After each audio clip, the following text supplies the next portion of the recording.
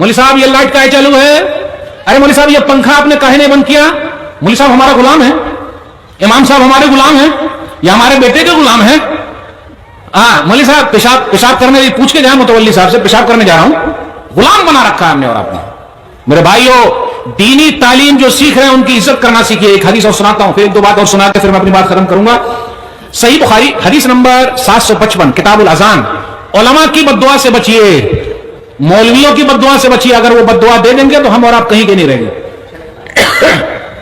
वो 4 चीजें बता देता हूं। मैनेजमेंट सही होना चाहिए, बच्चे सही होना चाहिए, माँ बाप सही होना चाहिए, टीचर अच्छे होना चाहिए। ये 4 चीजें होना जरूरी है। टीचर भी अच्छे लाइए आप, और टीचर अच्छे कब मिलेंगे, जब पैसा दीजिएगा अच्छा तब ना। जब पैसा अच्छा देवे नहीं कीजिएगा तो आएगा कैसे। पैसा अच्छा लाइए, टीचर अच्छे मिलेंगे, सब पैसे का खेल है। इमाम की बद्दुआ से बचिए। हदीस सही बुखारी किताबुल अज़ान हदीस नंबर 755। साद बिन वक्कास रज़ियल्लाहु ताला अन्हु कूफा के गवर्नर थे। एक आदमी खड़ा हो गया और कहा आपको नमाज पढ़ाना नहीं आता। अच्छा, मुझे नमाज पढ़ना नहीं आता, नबी सल्लल्लाहु अलैहि वसल्लम के पीछे मैंने नमाज पढ़ी और यह बोल रहा मुझे नमाज पढ़ाना नहीं आता। उमर बिन खत्ताब रज़ियल्लाहु ताला अन्हु ने कहा कि अब आप नमाज नहीं पढ़ाएंगे। आज भी एक ही दो लोगों को शिकायत है कि जब तक ये इमाम मस्जिद में रहेगा मैं मस्जिद में नहीं जाऊंगा, इमाम को निकालो या मुझे निकालो। कितने लोग ऐसे हमारे यहां, जब तक ये इमाम मस्जिद में रहेगा मैं नहीं जाऊंगा। मेरे भाइयों, अल्लाह के वास्ते डरिए। उसके बाद क्या हुआ, उमर बिन खत्ताब रज़ियल्लाहु ताला अन्हु ने साद बिन वक्कास को हटा दिया, अम्मार बिन यासिर रज़ियल्लाहु ताला अन्हु को इमाम बना दिया। जाइए आप, कूफा के गवर्नर आप हैं, इमामत आप ही करेंगे, जाइए आप। उसके बाद एक कमेटी बैठाई। आज कमेटी नहीं बैठती है, जब निकालना होता है चाहे मदरसे से निकाले या स्कूल से निकाले या मस्जिद से निकाले, वैसे ही निकाल दिया जाता है। अपनी बात रखने का भी अधिकार नहीं है। मेरे भाइयों, इतने जालिम मत बनिए, अगर बद्दुआ लग जाएगी तो हम और आप कहीं के नहीं रहेंगे। उमर बिन खत्ताब रज़ियल्लाहु ताला अन्हु ने एक कमेटी भेजी। वो कमेटी गई, पूछा अच्छा साद बिन वक्कास को नमाज पढ़ाना नहीं आता क्या? अरे वो ऐसा नहीं। तो एक आदमी खड़ा हो गया जिसका नाम उसामा था, मैं बोलता हूं, उनको नमाज पढ़ाना नहीं आता। ये पूरी मस्जिद में एक ही दो लोग होते हैं जो इमाम साहब के दुश्मन होते हैं।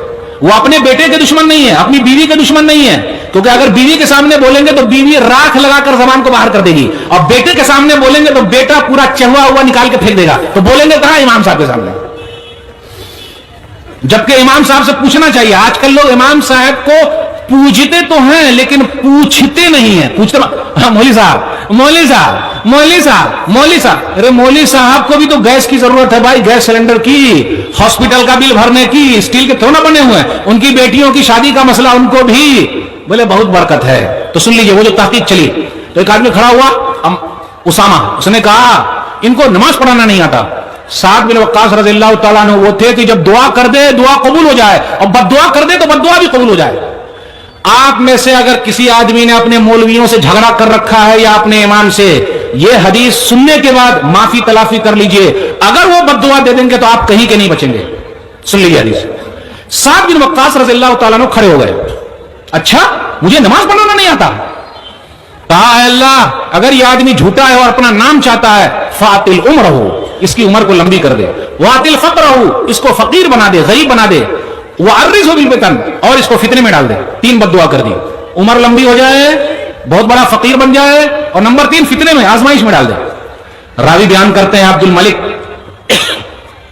कुछ दिनों के बाद देखा कि यह आदमी बूढ़ा हो गया है, और इतना बूढ़ा, इतना बूढ़ा, इतना बूढ़ा, ये जो भाव है ना, भाव, ये देख रहे भाव, इसको बोलते भाव, ये पूरे भाव के बाल सफेद हो गए और सफेद होकर अंदर घुस गया आंख में, देख रहे अंदर घुस गए।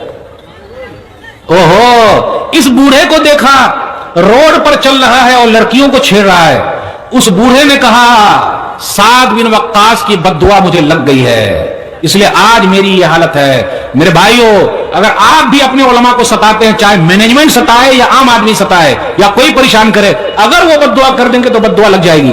शेख साहब, मैंने ये हदीस 1-2 जगह सुनाई तो 1-2 लोग आए और रोते हुए आए, और उसके बाद इमाम साहब से गले मिल लिए और कहा इमाम साहब हमें माफ कर दो। तो इमाम साहब भी रोने लगे।